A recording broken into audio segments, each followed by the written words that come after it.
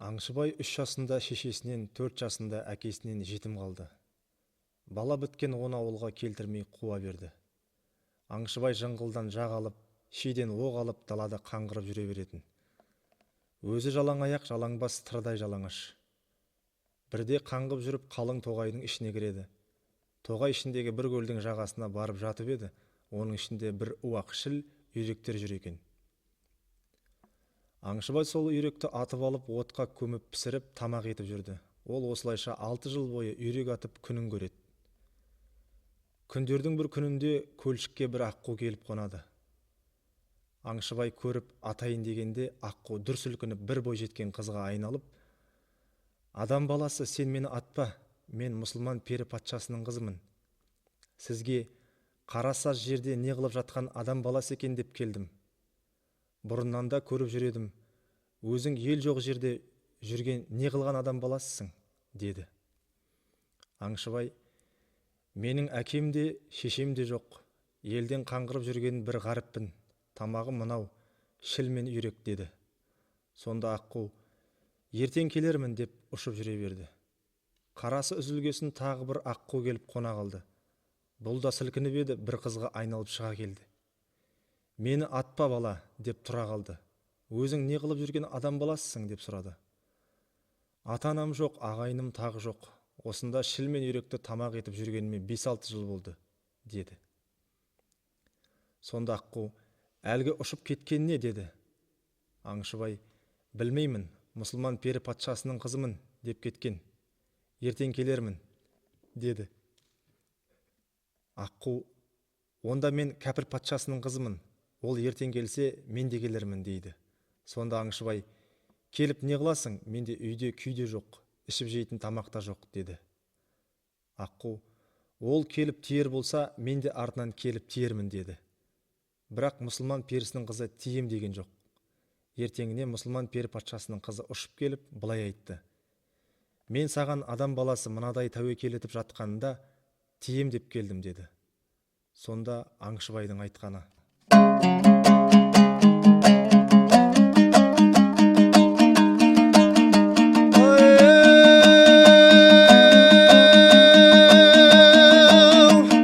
«Ей, ақылың жоқ баласың, ей, жазған қайда барасың? Менде бір киер киім жоқ, ай, сататұғын тиын жоқ, ай, баратұғын үйім жоқ. Тиемін маған дегенің, сен патшаның баласы, басыңда сенің миың жоқ. Ағайын іні менде жоқ, жақын жерде елім жоқ. Мен бір жүрген сормаңдай, тием дегенің маған бұл қалай? Ойдың менің көзімдай, өлтіремісің өзімді? Алмаймын мен сені, өлтіремісің жаным өзімді? Майданда жатқан мен қарып, сен бірне күн көрерсің. Маған жолдасым сен болсаң, асыл бір туған данасың. Адам біздей пақыр болар ма? Біз секілді пақырға жарқыным-ау, не деп барасың?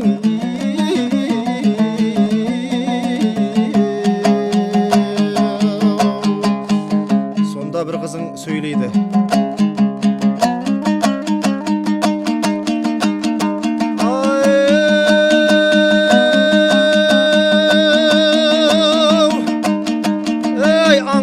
«Ай, Аңшыбай, тамақ пен киімді қайретпе, табармын бәрін мен» деді. «Саған болсам жолдас мен, қазынаға қолды салармын, не керекті алармын. Ай, атамның тұрған тағынан кейін қайтып барғасын. Қазынадан алып тақ алсам, дүниені сатып табармыз. Апарармын жеріңе, жеткізермін еліңе. Киім мен тамақ қайретпе, егер болсам сенің жолдасың».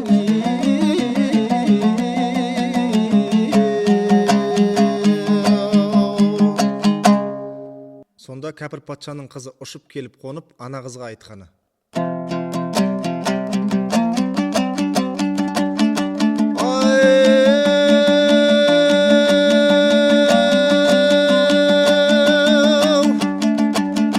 «Ей, сен бір болсаң жолдас, ай, артықпын ба мен сенен? Мен де қатар болайын мынау тұрған Аңшыбай. Майданда жатқан ер екен, жақыны жоқ бір жалғыз, өзі бір пақыр жан екен.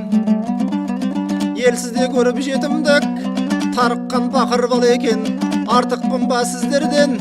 Атамның алтын қазынасына мен де қолды салармын, көбетіп алтын алармын, әкеліп берсем мал болар. Осының өзі Аңшыбай ноғайлыға хан болар. Астана халықты билебай, Аңшыбай қалай кем болар? Жақсылармен тең болар.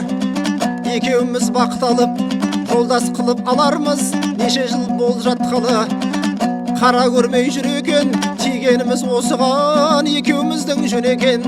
Жақсылармен тең болсай, майданда жатқан ередай, кімнен де кім кем болар? Аңшыбай сонда мұңайдай, жарлылық пен жалғыздық есіне түсіп жылайдай. Екі ару бірдей дегесін қайғы етпей неғып шыдайды. Екі бірдей арудай болама бірден алуғай. Хан баласы біз едік, таза халық біз едік, жақсы жаман көрмеген, пақырдың біздей енді қайтып өлмеген. Осылай деп қайғысын Аңшыбай сонда сөйлеген. Екі әйел тап келіп, батыр енді ойлайдай, қайдан іздеп табайын жас күнде жүрген елімдай. Екі бірдей данасын патшадай туған баласың, біз секілді ғарыпты апарылып қорлап не қыласың? Екеуі сонда сөйледі, мұсылман кәпір қыздары сөйлегенде, мынау не деді?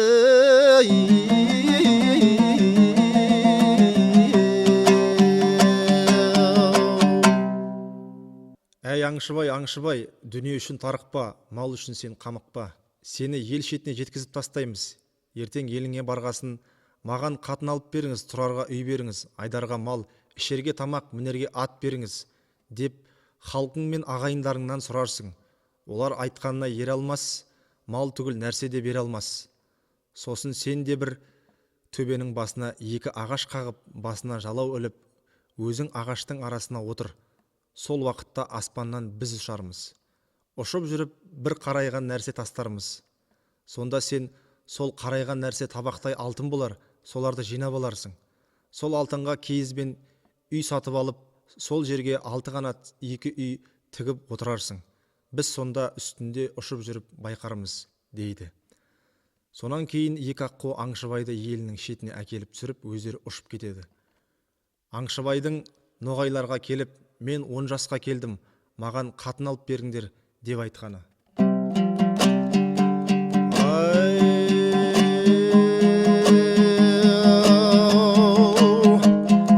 Ей, қатын алып беріңіз, ағайыным сіз деді.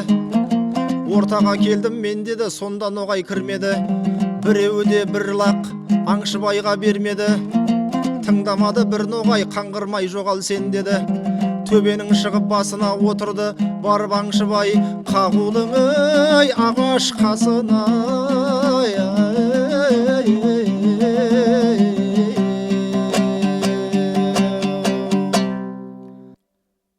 Қағулы екі ағаштың ортасында отырған Аңшыбайға екі аққу ұшып келіп бір қарайған нәрсе тастады да, екеу қайырылмастан қайтадан ұшып кетеді.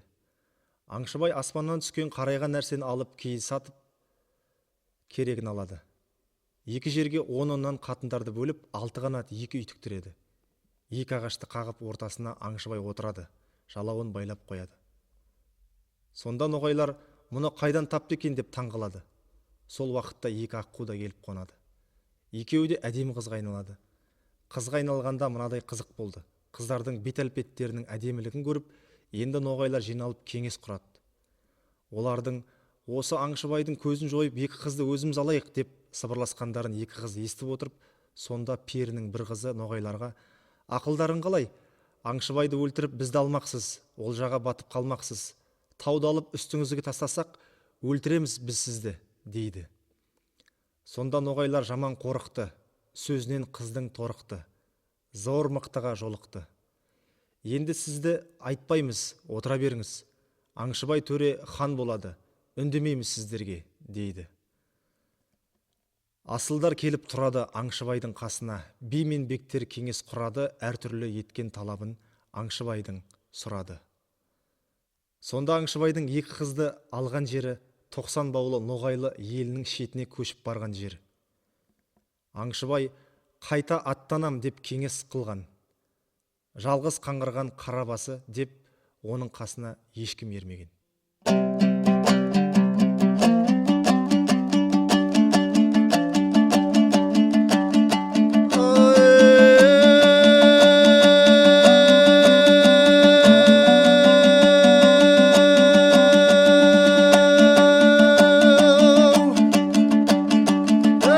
Аңшыбай мінді қаратқа, алыс жерге кетем деп, Құбатаудан өтем деп, Орақшыға жетем деп, бармай жауға нетем деп, жапанға жалғыз кеткесін батыр неғып шыдайдай. Астында мінген қарат бар, жануарда қанат бар, бес қаруы белінде, асынған бойда жарақ бар. Жануар басып тұрмаған, ұшқан құстай зырлаған, 4 айлық жолдардай болдырып демін алмаптай. Кетеді алыс жерге аттанып, кезіккен жері Аңшыбайдың сол еді-ай. Орақшының тұрған жері құм еді-ай, 40 кісі әскермен қарауыл жүрген бұл еді-ай. Аңшыбайға кез келді-ай, Орақшыдай қалмағын Орақшы келіп сөйледі-ай. Жолдасыз жүрген данасың, жапанда жүрген дарасың, жолдасың жоқ қасыңда, жалғыздық қайда барасың, атаңменен айтшы анаңыз, білейік сіздің шамаңызы, шамаңыз. Сонда Аңшыбай сөйледі.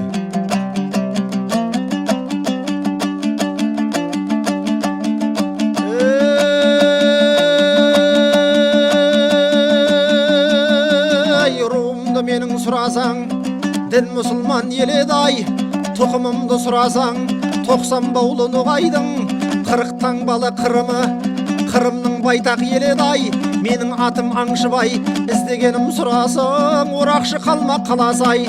Орақшының алуға іздеп шықтым қаласын, жылатуға баласын, көрейін деп мен шықтым сол қалмақтың шамасын. Естимісің қалмақ сен деді-ай, ат жарағың бер деді-ай, алмай кетпен мен деді-ай, сонда қалмақ қолды салады-ай, алайын деп баланы-ай. Аңшыбайға оңталдай, жеңемін сені деген соң, залым қалмақ долдандай. Орақшы мінген кереді-ай, темініп қалмақ келеді-ай. Аңшыбай мінген қареді-ай, қайраты атының бар еді-ай, жасқанбайтын ереді-ай. Қарсы келген қалмаққа Аңшыбайда келеді-ай, бердім кезек мен деді-ай, ата бер қалмақ сен деді-ай, атайын деп Орақшай, сонда оғын жөн деді-ай. Қорамсаққа қол салды, есепсіз оққа мол салай. Аңшыбайдың ішінде бар еді-ай, киген шарайына сыртында барды ақсауыт, сыртында барды шекпен-ай. Шекпеннің өтіп ар жағына оғы кетеді бір атқанда, үш атты, үш атқанда босаттай. Ақсауыттан өтпеді-ай, онан арман кетпедің, кетпеді-ай. Сонда Аңшыбай тұрып сөйледі.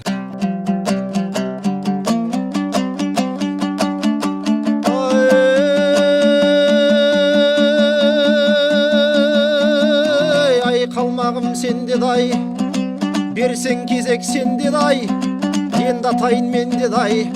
Сен бір тұрған Орақшай, өлмеймін деп ойламай, меніменен ойнама. Атыңның басын тарт деді-ай, жолдасыңа қайт деді-ай, арызың болса айт деді-ай, атамын енді мен деді-ай, өлесің қалмақ сен деді-ай.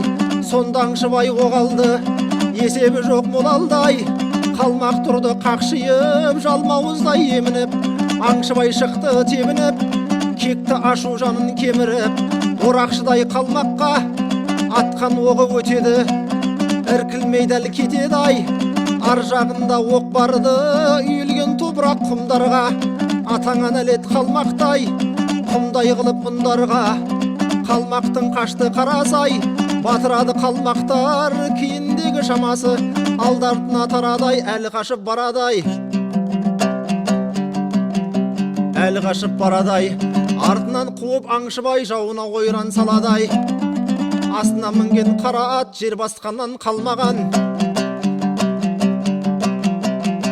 жанында оның шарболат сермесе кеспей қалмаған. Қалмақ сорлы кетем деп, қалаға қалай жетем деп, қашып еді жалбақтап. Қалмақтың көрді қаласын, шулатты қатын баласын, талқандады қаласын, шулатты оның даласын. 8 күнге толғанда, күні біраз болғанда, жеңді қалмақ елдерін, сындырып жақты белдерін, қалмақтың ойды көздерін. 16 күн болғандай алады шауып өздерін. Жеңді қалмақ қаласын, мұсылман қылды баласын. Кәпірдің көрді шамасын, қалмақтан жаулап алған жер, қалмаққа ойын салған жер. Әуелі бастан аттанып орақшы еді барған жер. Орақшы қалмақ өлген соң, ел мұсылман болған соң, көнгендігін көрген соң, қайт еліне Аңшыбай қасына алып баласын. Алғандығын білдіріп көрсін деді қалмақ алған жерінде. Келді жетіп жеріне, мекен қылған еліне. Ноғайлыға келгені, бимен төре бектері, ханмен тұрған қарасай. Аңшыбайдан жауап алам деп жиналып келді өңкей төресің, ей төресің, ей төресі. Орақшыны алғасын Аңшыбай елге келеді. Көнгенін мұсылманға көндіріп, көнбегенін елге алып келеді. Сонда бектер мен мықты билер алқа қотан жиналады. Оларға Аңшыбайдың айтқаны: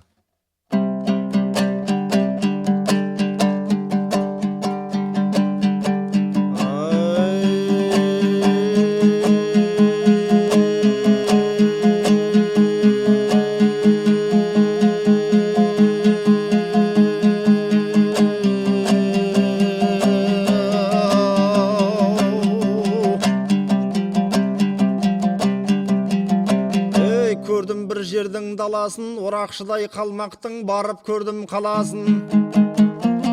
Шулаттым жас баласын, қираттым талқандап қаласын. Қалмақтан бір шауып ел алдым, орақшыдан кек алдым. Шұбырттым қатын баласын, қираттым қалмақ қаласын. Білген соң жеңіп шамасын, елге деп мен де жөнелдім. Аман ба туған еліміз, мекен еткен жеріміз? Саламат ба бәріңіз, ұлы кіші жамағат, сәлем бердім сіздерге, сіздерде келіп біздерге. 4 ай мезгіл толған жай, қалмақта жүрдім жорықта. Астымда мінген қара ат, жануарда бар қанат. Ұшқан құстан кем емес, мініп бір алсаң бұлатқай, тасыған судай ағады. Ұшқан құстай самғайды, аяғы жерге тимейді. Бұл секілді жануар ойға келсе ызғыған, қырға келсе қырғыған. Жерді басып тұрмаған, 4 аяқтан шыққан шаң топырақты суырған. Ей белге буған қорамсаң ай, атса бір өтпей қалмаған. Қынаптағы көк алма сермесе шаппай қалмаған. Атаңа нәлет қалмақтың төбесі шоқты, талайын жорықта жеңіп мен алғам. Жиналып әскері келгесін, айқасқан жауды жеңген соң.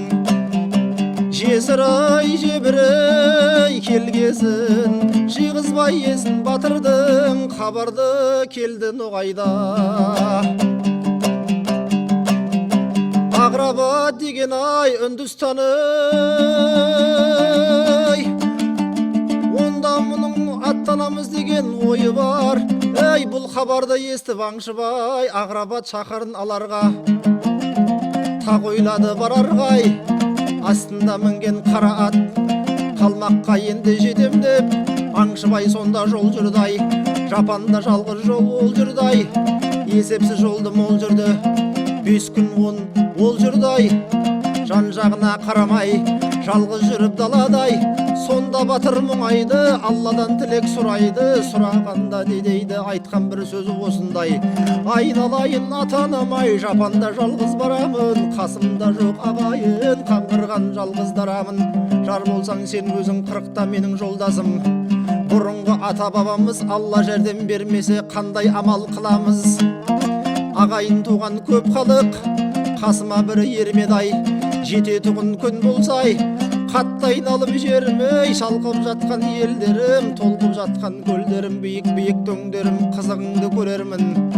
Аман келсе сендерген ай, астыма мінген қара ат. Жануарда бар қанат, өзіңдей ұшқан құстарды жүгірген аңдай көрмейсің. Биік жатқан таулардан, ағып жатқан сулардан бөгелемін демепсің. бұдан да өтіп кетесің, жететін күн болар май. Ағрабаттың еліне талқандармын қаласын, жылатармын баласын, қаратқа қамшы салады, құлаштап аяқ басады, тасыған судай тасады. Биіктерден асадың ай, тереңірек сай болса, жануар ырғып асады, ол 3 айлық жерлерге 9 күнде жетеді. Ағрабаттың қаласын көзіменен көргесін, ойлады ақыл шамасын. Қасында 2 тауы бар, сонда үндіс көп екен. Өзінің байтақ жауы бар, бір жүзікті қолы бар. Мұсылман халқы келер деп, Ағрабат мынау ханда ойлайды.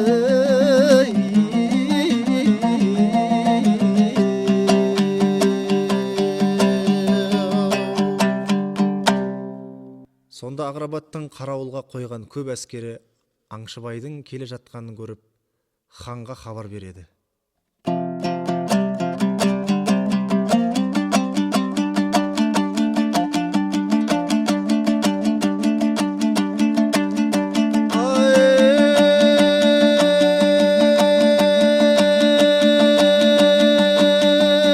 Бізге адам тең емес, тең дегені жөн емес. Қасыма жақын келсін деп, Құдай бізге берді деп, ойранымды көрсін деп, шекесінен қарадай, мекен еткен жері үндісте, Ағрабат патша хан еді. Ол көп үндісті жинағын, қатарда жүрген жан еді. Аңшыбайға айтқан сөзі, асылға туған баласың, жарқыным қайда барасың? Білмей мекен адамзат, өзінің қайрат шамасын. Мен байтақ жатқан ел едім, жерім айдын шалқар көл еді. Жұман көлдің басында отырған халық мен едім. Неше жылдан бері қарай осы өзеннің қасында. Өлтіремін өзіңдай, қысқартармын жасыңдай. Астындағы қараттай, беліңе буған болаттай, шешіп маған бер деді. Өлмейін десең сен деді. Аты жөнін сен айтшай, сұрайын деп мен тұрмын. Маған жауап бермесең, өлтіремін өзіңді, оярмын 2 көзіңдай. Аңшыбай сонда сөйледі, сөйлегенде бүйдеді. Ей, атаңа нәлет үндістай, көргенім жоқ бұл түстай. Сен секілді жамандай, қаңғырып жүрген адамдай. Әркімді білер ойласа, өзінің қатары шамасын. Еркек болсаң жалғыз жүр, сен секілді ақылсыз. Білмейме қайрат шамасын. Мен Ноғай деген ел едім, елден бір шыққан ер едім. Мынау тұрған үндістай, талқандайын деп едім. Менің атым Аңшыбай, аң аулаған аңшымын. Талай астым биіктен, сен секілді көрмедім. Қайғырып жүрген үндістің елі, үндістай. Сонда Ағрабаттың айтқаны: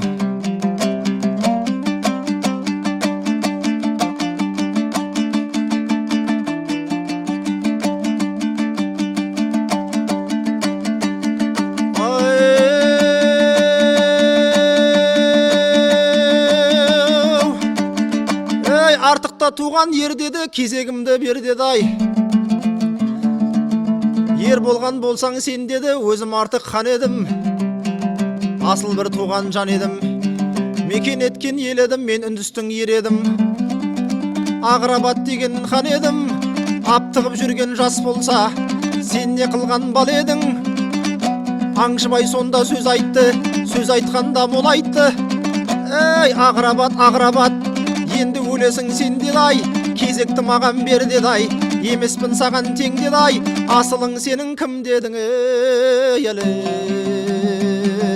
Ей, кім деді?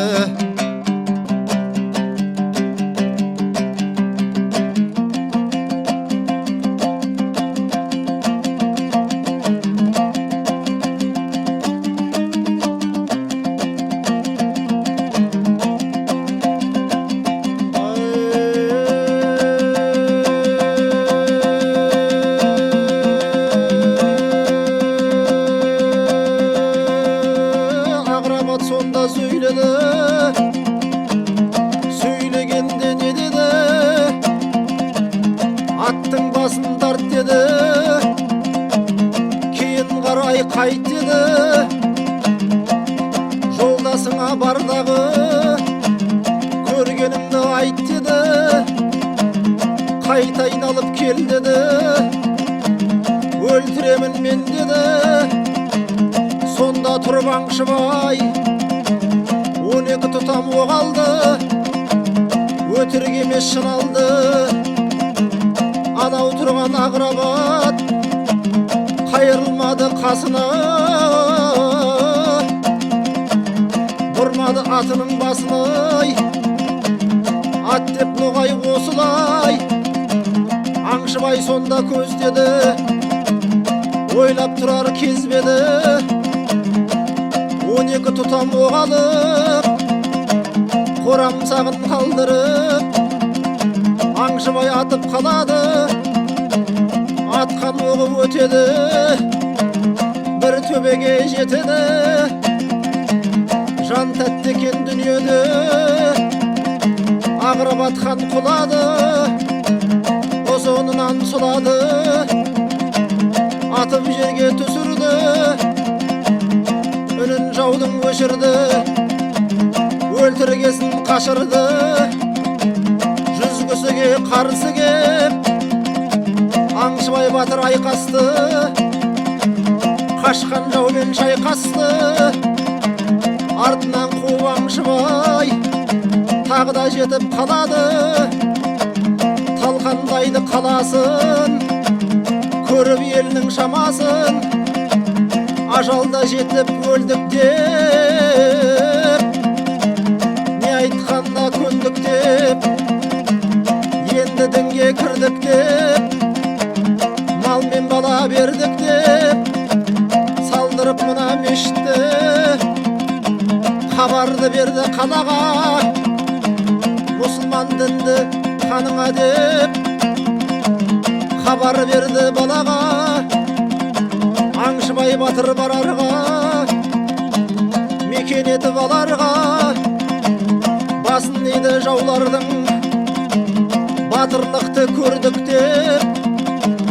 Аңшыбай ерлігін көргесін, патшадай қылып табынған. Астында жүрген жануар дәриядай тасады, биік таудан асады. Шамасы жерде жоқ еді, бұл жануар тоқтаған. Сол секілді мал еді, алыс жерге жетем деп, жауға шаппай жетем деп.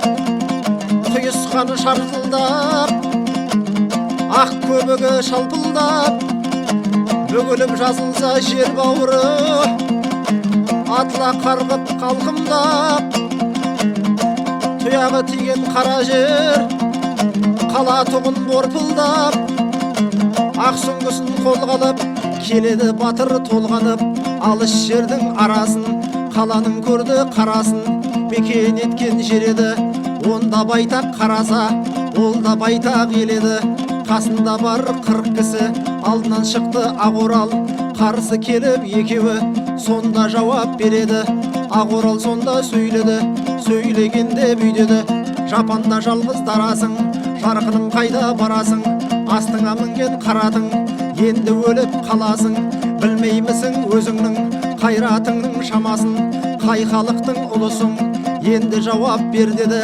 Ақ сүңгіні қолға алып, өлтірермін өзіңді, келтіремін кезіңді. Жұламын талдап шашыңды, қысқартармын жасыңды. Өлтірермін өзіңді, оярмын екі көзіңді. Қаңғырып жүрген сен Ноғай, тыңда менің сөзімді. Соңдан Аңшыбай сөйледі, сөйлегенде бүйдеді. Аятаңа нәлет үндісім, келдің жетіп сен деді. Іздегенім сұрасаң, сендей үндіс жау еді. Мен Ноғайлы елінің елден шыққан ерімін. Артық туған шерімін, асылда туған бөрседім. Талай алдым қалмақты, астымдағы алатай. Жануарда қанат бар, енді қуат жетейін. Қорамсаны қолға алайын, алмай қоймай өзіңді. Енді қанға малармын, басыңды кесіп алармын. Қалаңа ойын салармын, қызыңды қатын етермін. Шақарыңды күл етермін. Жалғызбын деп ойламан, сені менен ойнаман. Жарағым қанға тоймаған.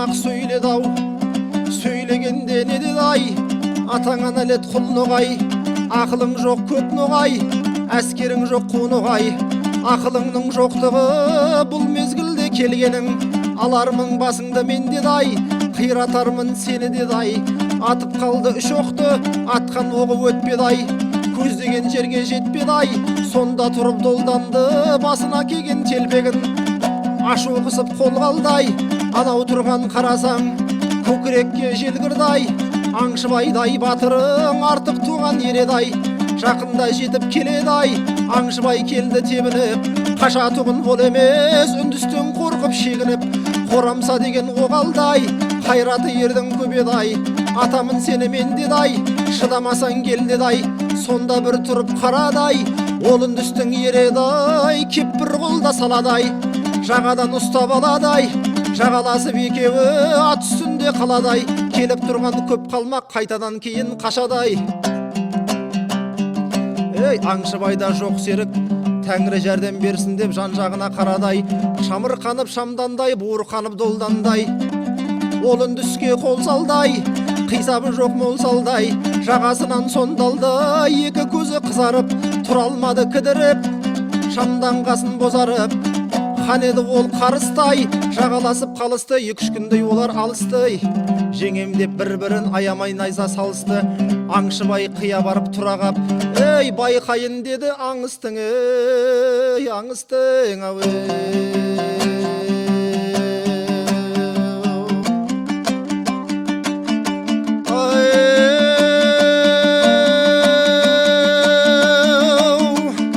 ей болып 30-40 күн жүргендерін-ей, Аңшыбай тұтқиылдан ойран салдай, үндістер жетіп келді айғай салып, жағадан ұстап алды сонда Аңшыбай, жіберді қақарланып қолын қағып, үндістің айтқан сөзі сонда бұлай, Аңшыбай ерекенсің сен ай деді-ай, жапанда тұрдым жалғыз-ай мен ай деді-ай, сұрасаң алыс емес елім жақын, жау емеспін дос болып кел ай деді-ай, бар еді ақ сүт берген менің анам, бар еді інім менен сендей ағам, қажырлы қайратыңа көзім жетті-ай, келмейді ноғайлыға менің шамам, жалынса жақсы кешер деген еді-ай, шын батыр әділдігін шешер еді-ай, егерде тірі тастап жаным қисаң, ей сұраймын ата-анамның атынан, үйімдегі үйімдегі